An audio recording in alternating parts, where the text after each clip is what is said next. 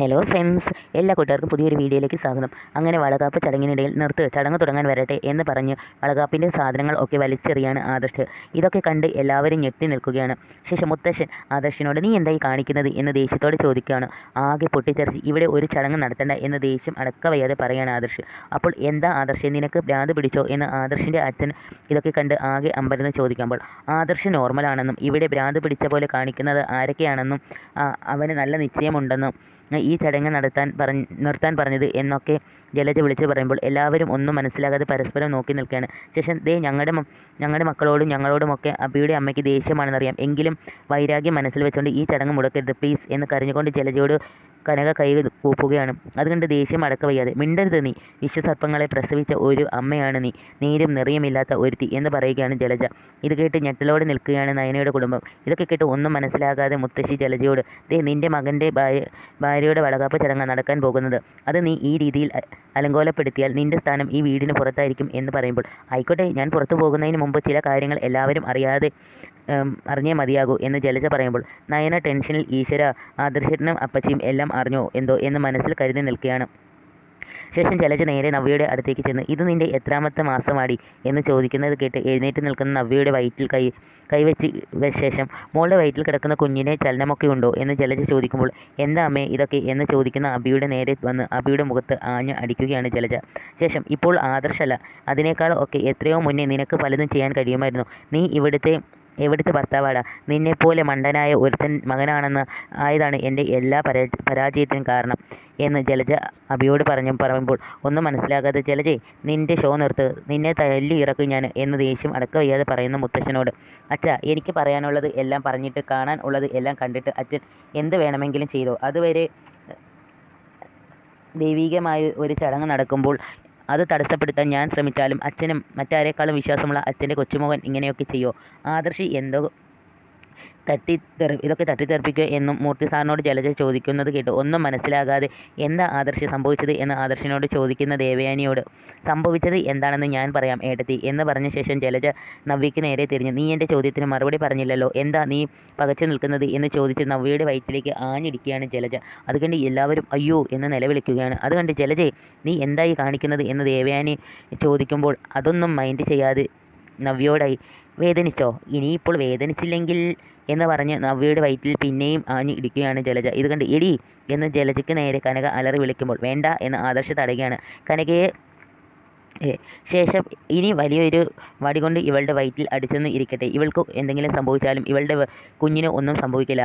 അങ്ങനെ ഒരു കുഞ്ഞ് ഇവളുടെ വയറ്റിൽ ഉള്ളത് ഇവളെ കല്യാണത്തിന് മുന്നേ വിശേഷം അറിയിച്ച കുട്ടിയാണ്. അതുകൊണ്ട് ഇവളും എൻ്റെ മോനും തങ്ങളിലുള്ള കല്യാണം നടന്നത്. അതിനുശേഷം ആ കുഞ്ഞിന് വേണ്ടി ഒരുപാട് പ്രാർത്ഥനകളും മറ്റു ചടങ്ങുകളുമൊക്കെ ഇവിടെ നടന്നു.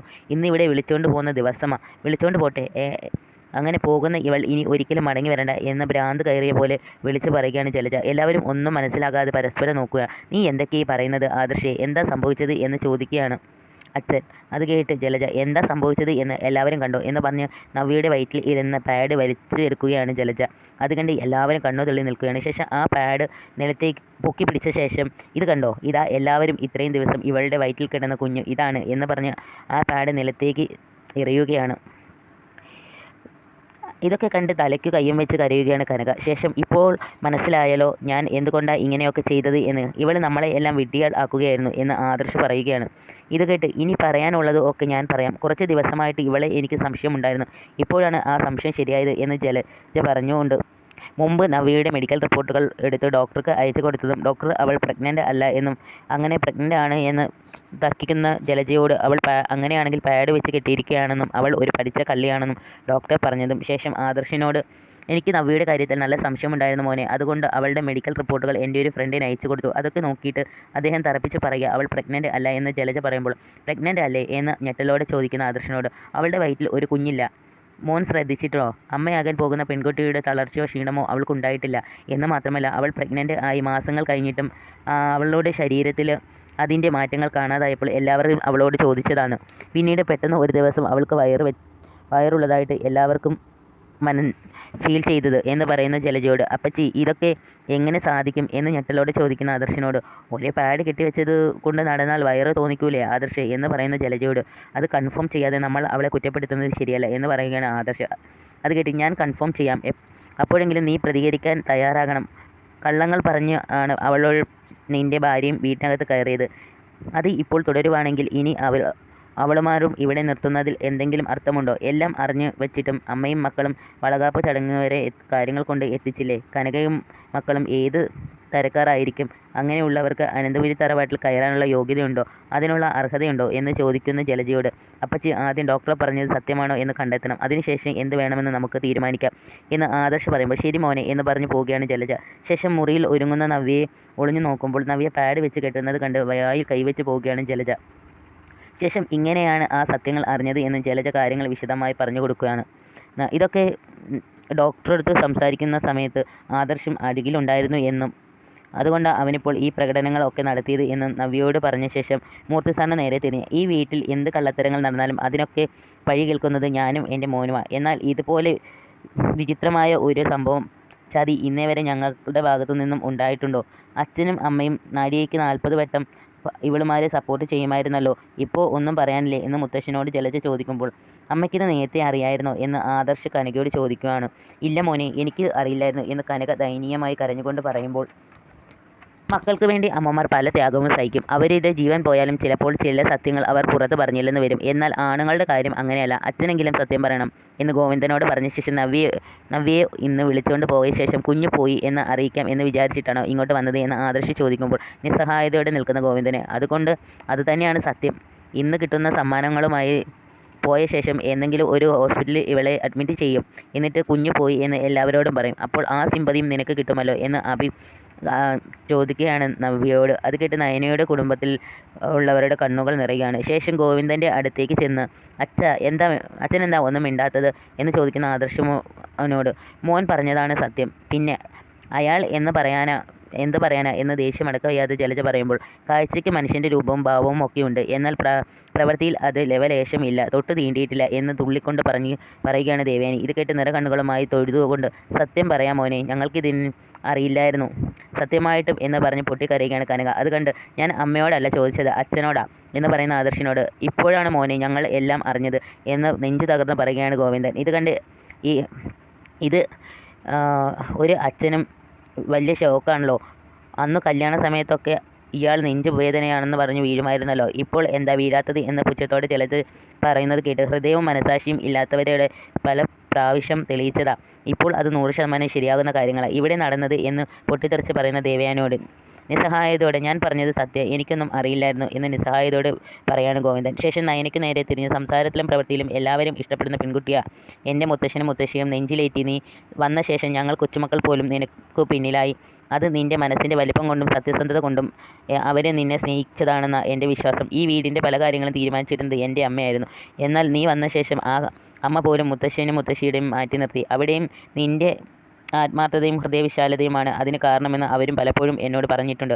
അങ്ങനെ വിശാല ഹൃദയമുള്ള നിന്നോട് ചോദിക്കുക, നിനക്കറിയാമായിരുന്നോ ഇവൾ ഈ കളിച്ചതൊക്കെ നാടകം എന്ന് ആദർശ് നയനോട് ചോദിക്കുമ്പോൾ അയ്യോ നയനമോൾക്ക് അറിയില്ല മോനെ, അറിയാമായിരുന്നെങ്കിൽ മോൾ എന്നോട് നേരത്തെ പറഞ്ഞേനെ എന്ന് കരഞ്ഞുകൊണ്ട് പറയുന്ന കനകയോട് ഇത് ഇപ്പോൾ ഒരു കോടതിയായി, ഇവിടെ അമ്മ സംസാരിക്കേണ്ട സമയം വരുമ്പോൾ മാത്രം അമ്മ സംസാരിച്ചാൽ മതി. എനിക്ക് സത്യങ്ങൾ അറിയേണ്ടത് എൻ്റെ ഭാര്യയുടെ നാവിൽ നിന്നാ എന്ന് പറയേണ്ടത് ഇവൾ പറഞ്ഞേ പറ്റൂ എന്ന് താക്കീതുപോലെ കനകയോട് പറഞ്ഞ ശേഷം ആജ്ഞാപിക്കുകയാണ്. ആദർശ് നയനയ്ക്ക് നേരെ തിരിഞ്ഞ് പറയടി, നിൻ്റെ ചേച്ചിയുടെ വയറ്റിലൊരു കുഞ്ഞില്ലെന്നും അവൾ ആണെന്നും പറഞ്ഞത് എല്ലാവരെയും പറ്റിക്കായിരുന്നു എന്ന് നിനക്കറിയാമായിരുന്നു എന്നാ എൻ്റെ ചോദ്യം എന്ന് ആദർശ് ചോദിക്കുമ്പോൾ ഒരു ഇടിമിന്നൽ ഏറ്റ പോലെ നിൽക്കുന്ന നയനയെ കണ്ട് അതുകൊണ്ട് നീ എന്താ ഒന്നും മിണ്ടാത്തത് എന്ന് ദേവയാനി ചോദിക്കുമ്പോൾ മോൾക്ക് ഒന്നും അറിയില്ലായിരുന്നു അല്ലേ മോളെ എന്ന് മുത്തശ്ശി ചോദിക്കുന്നത് കേട്ട് തല കുനിച്ച് നിൽക്കുകയാണ് നയന. അത് കണ്ട് ഒരു കള്ളത്തരത്തിനും കൂട്ടുനിൽക്കില്ല മുത്തശ്ശിയുടെ വിശ്വാസം, എൻ്റെയും അതാണ്. അതുകൊണ്ട് നിൻ്റെ നാവിൽ നിന്നും നിനക്കൊന്നും അറിയില്ല എന്ന് കേൾക്കണം എന്നാ ഞാൻ ആഗ്രഹിക്കുന്നത്. മുത്തശ്ശിക്കൊപ്പം ഞാനും ഇങ്ങനെ ചോദിച്ചത് നിനക്കിനി ഉത്തരം പറയാം, അതിനിത്ര ചിന്തിക്കേണ്ട ആവശ്യമില്ല എന്നും ആദർശ് പറയുമ്പോൾ ഒന്നും മിണ്ടാതെ നിൽക്കുന്ന നയനയെ കണ്ട് എന്തായാലും പറഞ്ഞോ മോളെ എന്ന് മുത്തശ്ശൻ പറയുമ്പോൾ നിസ്സഹായതയോടെ മുത്തശ്ശനെ നോക്കിയ ശേഷം എനിക്കറിയാമായിരുന്നു, തുടക്കം മുതലേ എനിക്ക് എല്ലാം അറിയാമായിരുന്നു എന്ന് പറഞ്ഞ് പൊട്ടിക്കരയുകയാണ് നയന. അത് കേട്ട് എല്ലാവരും ഞെട്ടുകയാണ്. ശേഷം എന്നിട്ട് എന്താടി നീയെങ്കിലും ഞങ്ങളോട് ഇത് പറയാഞ്ഞത് എന്ന് പൊട്ടി തെറിച്ചുന്ന കനക ചോദിക്കുമ്പോൾ എല്ലാം പറയുന്ന മോൾ എന്തിനാ മോളെ ഇത് മറച്ചു വെച്ചത് എന്ന് ഗോവിന്ദൻ നിസ്സഹായതയോട് ചോദിക്കുമ്പോൾ എന്നോടെങ്കിലും ചേച്ചിക്ക് ഇത് പറയാമായിരുന്നു എന്ന് നിറകണ്ണുകളോടെ നയനയും നന്ദുവും കുറ്റപ്പെടുത്തുകയാണ്. ശേഷം ഒന്നും മിണ്ടാതെ നവ്യയുടെ മുമ്പ് തൻ്റെ മരണത്തിന് സാക്ഷിയാകേണ്ടി വരുമെന്നും എന്നൊക്കെ പറഞ്ഞ് ഭീഷണിപ്പെടുത്തിയ കാര്യങ്ങൾ ആലോചിച്ച ശേഷം ചേച്ചി ആത്മഹത്യ ചെയ്യുമെന്ന് പറഞ്ഞതുകൊണ്ടാണ് ഞാൻ ഇവിടുത്തെ ഫാമിലി ഡോക്ടർ പോലും സത്യങ്ങൾ മറച്ചുവെച്ചത് എന്ന് പൊട്ടി കരഞ്ഞുകൊണ്ട് പറയുന്നതാണ് നയന. ശേഷം എന്ത് ചെയ്യണമെന്ന് അറിയാതെ നിൽക്കുന്ന നയനയുടെ അച്ഛൻ്റെ അടുത്തേക്ക് വന്നു. തെറ്റ് ചെയ്യുന്നത് പോലെ തന്നെ കുറ്റകരമാണ് തെറ്റ് മൂടി വെക്കുന്നതും. അഭി ഒരു തെറ്റ് ചെയ്താൽ, ഒരു കള്ളം പറഞ്ഞാൽ അത് ആരും അത്ര കാര്യമാക്കില്ല. കാരണം അവനത് ജന്മനാ കിട്ടിയ സ്വഭാവമാണ്. അതുപോലെ തന്നെയാണ് ഞങ്ങൾ മനസ്സിലാക്കിയെടുത്തോളം നവ്യയുടെ കാര്യത്തിലും. അവളും അത്യാവശ്യം കള്ളം പറയുകയും തെറ്റ് ചെയ്യുകയും ഒക്കെ ചെയ്യുന്ന ആളാണ്. എന്നാൽ നീ അതുപോലെ അല്ല എന്ന് നയനയ്ക്ക് നേരെ കൈ ചൂണ്ടി നിന്നെ അമിതമായി വിശ്വസിച്ച് എൻ്റെ മുത്തശ്ശനും മുത്തശ്ശിയും പോലും നീ തകർത്ത് കളഞ്ഞു. അതുകൊണ്ട് തന്നെ ഇവിടെ നവ്യയേക്കാൾ കുറ്റക്കാരി നീയാ. ഇനി ഒരു നിമിഷം പോലും എൻ്റെ ഭാര്യയെ ഇരിക്കാനോ ഈ അനന്തപുരി തറവാട്ടിൽ കഴിയാനോ നിനക്കൊരു അർഹതയുമില്ല എന്ന് ആദർശ് പറയുമ്പോൾ നടുങ്ങി നിൽക്കുകയെന്ന നയന മറ്റുള്ളവരും അത് കണ്ട് ഏട്ടാ എന്ന് അനി വിളിക്കുമ്പോൾ അത് കേട്ട് ദേഷ്യത്തോടെ എന്താടാ അത് പറയുമ്പോൾ എനിക്കില്ലാത്ത എന്ത് വിഷമാണ് നിനക്കുള്ളത് എന്ന് അനിയോട് ആദർശ് ചോദിക്കുമ്പോൾ അനി നീ ഒരുപാട് ഇവളെ സപ്പോർട്ട് ചെയ്യുന്നുണ്ട്, ഇവിടുത്തെ ചെറിയ പയ്യനാ നീ, മിണ്ടാതെ ഇരുന്നോണം എന്ന് അനിയോട് പറഞ്ഞ ശേഷം വഴിതെറ്റി വീടിനകത്ത് കയറുന്ന ജീവികളുണ്ട്, പട്ടിയും പൂച്ചയും ഒക്കെ. അതുപോലെ 2 എണ്ണം ഈ വീട്ടിനകത്തും കയറി. ഇന്നത്തോടെ അതിൻ്റെ അവസാനമാണ്, കൊണ്ടുപോയിക്കോണം 2നെയും എന്ന് കനകയോട് പറഞ്ഞ ശേഷം നവ്യയ്ക്ക് നേരെ വിരൽ ചൂണ്ടി. ഇവളുടെ കാര്യത്തിൽ തീരുമാനം എടുക്കേണ്ടത് ജലജയും അഭിയുടെയുമാണ്. എന്നാൽ എൻ്റെ മരുമകളുടെ കാര്യത്തിൽ ഞാൻ തീരുമാനം എടുത്തു കഴിഞ്ഞു. ഇനി എനിക്ക് ഇങ്ങനെ ഒരു മരുമകൾ വേണ്ട, എൻ്റെ മകന് ഇങ്ങനെയൊരു ഭാര്യയും എന്ന് ദേവയാനി പറയുമ്പോൾ ആകെ തകർന്നു നിൽക്കുകയാണ് നയന. നയനയെ കാണിച്ചുകൊണ്ടാണ് ഇന്നത്തെ എപ്പിസോഡ് ഇവിടെ അവസാനിക്കുന്നത്. Thank you for watching.